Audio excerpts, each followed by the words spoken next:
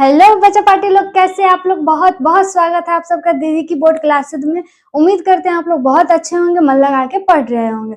तो चलिए हम लोग अपना शुरू करते हैं श्वसन, जिसका पार्ट 1 हमने देख लिया था कि पेड़ पौधे कैसे श्वसन करते हैं, मतलब वही ऑक्सीजन कैसे लेते हैं, कार्बन डाइऑक्साइड कैसे छोड़ते हैं। अब हम लोग देखेंगे जीव जंतु के बारे में। जीव जंतु के अंतर्गत हम लोग भी आते हैं, आप भी आते हैं, क्योंकि आप भी तो इंसान हो। जीव जंतु का मतलब आप लोग बस इतना मत समझना कि जानवर को ही बोला जाता है, जीव जंतु के अंतर्गत मनुष्य को भी रखा गया है। तो आइए समझते हैं कि जो मनुष्य होता है वो कैसे अपना श्वसन क्रिया करते हैं। तो यहाँ देखो, पहला मैंने लिखी हूँ निम्न श्रेणी एक कोशिकीय जीव।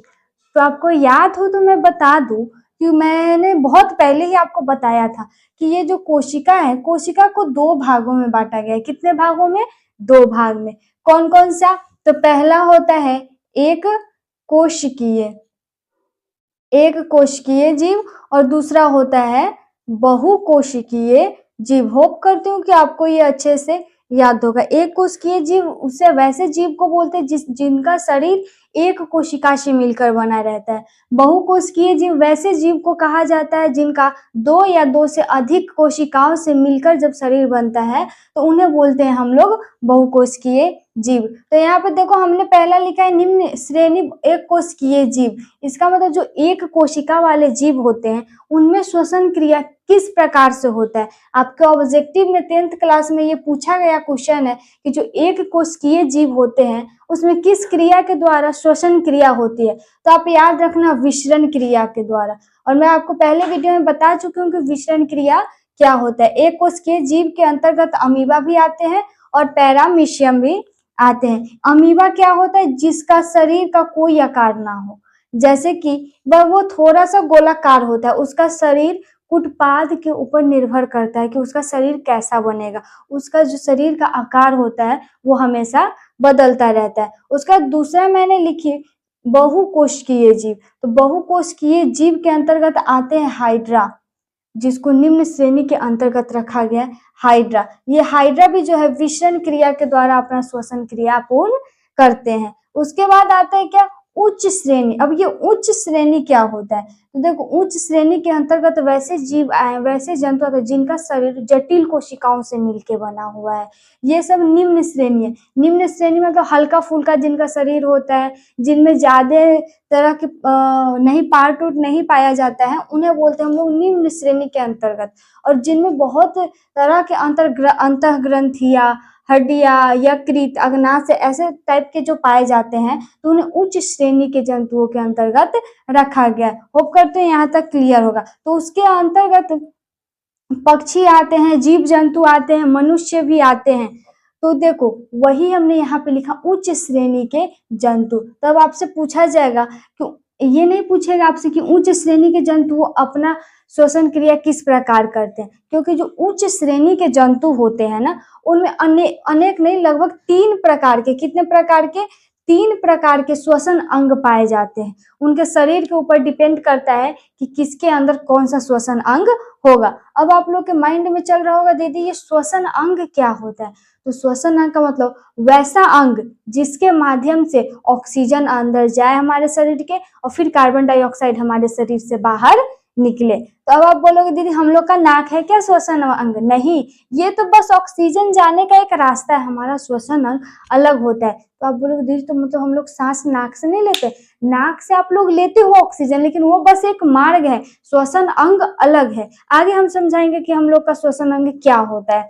तो वही मैंने यहाँ पे लिखा, जंतु में सामान्यतः 3 प्रकार के श्वसन अंग पाए जाते हैं। वो आपके ऊपर डिपेंड करेगा, पक्षी के ऊपर डिपेंड करेगा, जानवर के ऊपर डिपेंड करेगा कि किसमें कौन सा श्वसन अंग पाया जाएगा। तो उसको 3 कैटेगरी में बांटा गया है। पहला श्वसन नली या ट्रैकिया, दूसरा गिल्स और तीसरा फेफड़ा। अभी आप लोगों का थोड़ा थोड़ा ही समझ में आ रहा होगा, पता नहीं दीदी ये श्वसन नली क्या है, गिल्स क्या है, फेफड़ा क्या है। हम अच्छे से आपको समझा रहे हैं। अब देखो यहाँ पे श्वसन नली या ट्रैकिया ये क्या होता है, तो इसको समझने से पहले आप इतना तिल चट्टा सब कोई देखिए हो, जिसको कॉकरोच बोला जाता है, जिससे लड़कियां लोग काफी डरती है। अब डरती है या नाटक करती है लड़की लोग ही जाने। मैं भी लड़की हूँ बट मुझे डर नहीं लगता, इसलिए मैंने बोला कि लड़की लोग ही जाने डरती है या नहीं। पहला हम लोग यहाँ पे आ गया तिल चट्टा। तिल चट्टा जो आप देखते हो इसके अंतर्गत मच्छर भी आते हैं। कभी कभी आप लोग देखोगे कि तिलचट्टा कहीं यहाँ गर्दन पर से अगर हटा भी दिया जाए तो क्या होता है, कुछ टाइम तक वो चलते रहता है। तो वो कैसे चलता है, वो तो नाक से श्वसन क्रिया करता है, तो उसमें एक गर्दन के पास यहाँ पे ट्रैकिया पाई जाती है। जैसे ये आपका यहाँ से यहाँ तक जो गर्दन होता है, तो इसके बीच में तो पहले निगल द्वार होता है, कंठ द्वार होता है, इसी में ट्रैकिया भी होता है। क्या? ट्रैकिया, जिसके माध्यम से ऑक्सीजन अंदर जाता है। ये मुंह या नाक, ये बस हमारा मार्ग है, जो श्वसन अंग है वो हमारे शरीर के अंदर होता है। तो यहाँ से ट्रैकिया के द्वारा ही ऑक्सीजन अंदर जाता है। किसमें? तिलचट्टा में या टिड्डा में। अब बोलोगे दीदी ये टिड्डा क्या होता है? वो टिड्डा ग्रास हॉपर आप लोग देखो, जो ग्रीन कलर का होता है किट, जो उड़ता रहता है, लाइट वुड पे ज्यादा उड़ता है, तो उसी को टिड्डा बोला जाता है। उसके बाद मच्छर, मक्खिया, ये सब के अंतर्गत क्या पाया जाता है हम लोग? ट्रैकिया, जिसे हिंदी में बोलते हैं श्वास नली। क्लियर है यहाँ तक? यहाँ से आपको पूछ सकता है, क्या क्वेश्चन बनाता है मैं आपको बता दूं।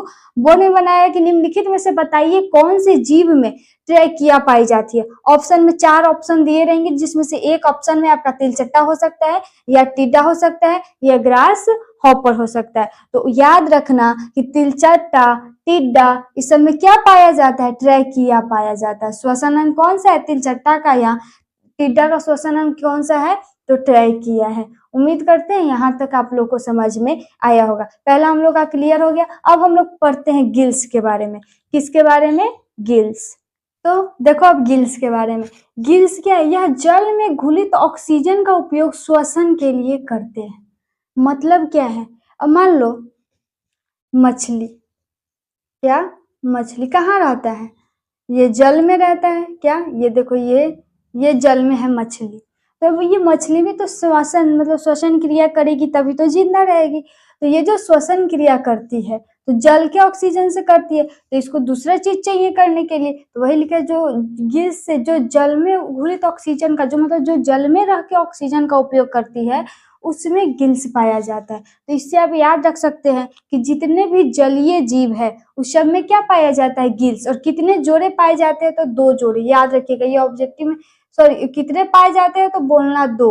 और अगर पूछेगा कितने जोड़ी पाई जाती है, अगर जोड़ी में पूछे कितने जोड़े पाए जाते हैं तब बोलना 1। अगर सीधा पूछे कि मछली में कितने गिल्स पाए जाते हैं तो 2। अगर पूछेगा मछली में कितने जोड़े गिल्स पाए जाते हैं तो 1 जोड़े। अब देखो यहाँ पे गिल्स कोष्ठ क्या होता है? प्रत्येक गिल्स चपटी थैली में स्थित होती है, जिसे हम लोग गिल कोष्ठ कहते हैं। अब मान लो मछली, क्या ये मान लो आपका हो गया मछली, ये इसका सर मान लो यहाँ, तो ये जो यहाँ पे लगा रहता है ना दुगो, जब इसको आप बनाते होंगे या बनेगा या ये यहाँ पे जब देखोगे तो यहाँ पे ऐसे ऐसे दुगो होता है गिल्स, यहाँ पे सर से थोड़ा पीछे पार्श्व भाग में। तो ये जो गिल्स है, ये गिल्स एक थैली जैसी चपटी में रहती है पैक, जिसको हम लोग बोलते हैं गिल कोष्ठ। क्लियर है? अब उसका देखो गिल पट्टिकाएं क्या होती है। तो प्रत्येक गिल कोष्ठ में कई गिल्स पट्टिकाएं, मतलब ये जो गिल कोष्ठ है, गिल कोष्ठ की जो बाहर वाला, इस बाहर वाले में कई पट्टी है। पट्टिका मतलब पट्टी जैसा पतला पतला, देखिएगा ना उसको मछली के गिल्स को, तो उसमें ऐसे ऐसे ऐसे ऐसे साइड से रेसा जैसा रहता है उसका गिल्स में, जिसको गलफड़ा भी बोलते हैं। इसी को बोला गया क्या? गिल पट्टिकाएं। जैसे कि देखो किस किस में, तो झींगा में, सीप में, मछली आदि में पाया जाता है। क्लियर है? उसका देखो यहाँ पे लिखा है फेफड़ा। फेफड़ा जो मनुष्य लोग में पाया जाता है। ये मैं बस एक लाइन ही क्यों लाई, क्योंकि इस फेफड़ा से अभी फिलहाल के लिए इतना ही आपके लिए इम्पोर्टेंट है। फिर अगला जो वीडियो में आएगा उसमें इसके बारे में पूरा डिटेल्स में रहेगा। तो पूछा जाएगा कि मनुष्य का श्वसन अंग क्या है? तो फेफड़ा। सर्प का क्या है? तो फेफड़ा। वर्टिब्रेटा का क्या है? तो भी फेफड़ा। और मगरमच्छ, बोलो दीदी मगरमच्छ तो जल में रहती है। देखना मगरमच्छ जल में रहता है लेकिन फिर भी वो सर बाहर किया रहता है। उसमें 2 चीज पाई जाती है, गिल्स भी पाए जाते हैं दूसरा टाइप का, और मगरमच्छ में ये जो फेफड़ा है, फेफड़ा भी पाया जाता है। तो अगर मगरमच्छ आए तो आपको फेफड़ा ही टिक करना है। होप करती हूँ आपको अच्छा से ये समझ में आया होगा। तो हम लोग ने अपना श्वसन अंग कंप्लीट कर लिया। अब मैंने जैसा कि बताया था कि फेफड़ा के बारे में मैं ज्यादा नहीं जानूंगी, फिर आगे बताऊंगी। तो जो नेक्स्ट वीडियो आएगा उसमें मैं फेफड़ा के 1 पार्ट के बारे में बताऊंगी। अभी फिर ये थोड़ा समझ लो कि मानव श्वसन तंत्र के अंतर्गत पहला आता है श्वसन अंग। श्वसन अंग किसे कहते हैं? तो श्वसन अंग समझने से पहले ये समझो, मैं इस तरह से पढ़ाऊंगी ना कि आपको एकदम लगेगा कि आप एकदम अपने जैसे जहाँ पे ना एकदम रियल में पढ़ रहे हो। जैसे देखो, आप जहाँ पे बैठे हो वहाँ क्या है? कमरा है। कमरा में आपका कमरा है, कमरा में आप लोग का बेड है। फिर आपके पूरे घर में क्या है? और सारे भी रूम मतलब कमरा है। ऐसे ऐसे सबको सम्मिलित रूप को हम लोग क्या बोल देते हैं? घर बोल देते हैं। तो वैसे ही जो ये श्वसन अंग होता है, तो मनुष्य का जो नासिक छिद्र का मतलब जो नाक है, नाक का जो छिद्र है उसे बोलते हैं नासिक छिद्र। स्वर यंत्र यानी कि जब हम बोलते हैं तो हमारा आवाज कहाँ से निकल रहा है? कंठ से, तो उसी को बोल दिया गया है स्वर यंत्र। या श्वास नली जहाँ से मतलब हम लोग का सांस जिस माध्यम से जाता है शरीर के अंदर, उसका बात हो रहा है। और फेफड़ा के बारे में अभी मैंने कुछ ज्यादा नहीं बताई हूँ, नेक्स्ट वीडियो में बताऊंगी। तो ये सबको जब मिला दिया जाता है एक साथ, तो उसी को बोलते हैं हम लोग श्वसन अंग। क्लियर है? श्वसन अंग क्या है? अब देखो, इसी जैसे कि घर में बहुत सारे सामान है, रूम है, किचन है, बाथरूम है, वॉशरूम है, ऐसे समथिंग बहुत कुछ है, सबका सम्मिलित रूप क्या हो जाता है? घर हो जाता है। वैसे ही ये जो हमारा यहाँ से यहाँ तक जितना भी है, नाक है, स्वर यंत्र है, श्वास नली है, फेफड़ा है, इस सबके सम्मिलित रूप को हम लोग बोलते हैं श्वसन अंग।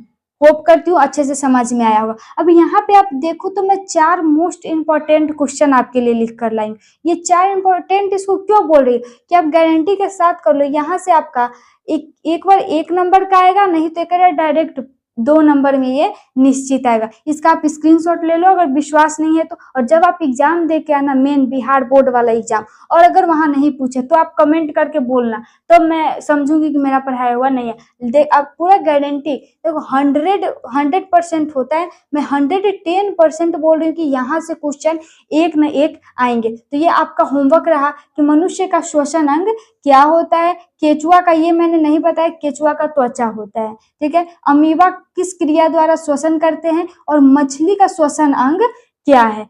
इस सब का आंसर आपको कमेंट बॉक्स में करके जाना है, ताकि मैं देख सकूं कि आप लोग कितना मन लगा के पढ़ रहे हो और कितना इंटरेस्टेड हो पढ़ने में, और किस तरह से आपका रिजल्ट आ सकता है। तो उम्मीद करती हूँ वीडियो आपको बहुत अच्छा लगा होगा और अच्छे से समझ में भी आया होगा। अगर कहीं पे भी डाउट हो तो कमेंट करके पूछेगा, नेक्स्ट वीडियो में मैं उसका सॉल्यूशन लेकर आऊंगी। और वीडियो अच्छा लगे तो वीडियो को लाइक करके चैनल को सब्सक्राइब जरूर करें। धन्यवाद।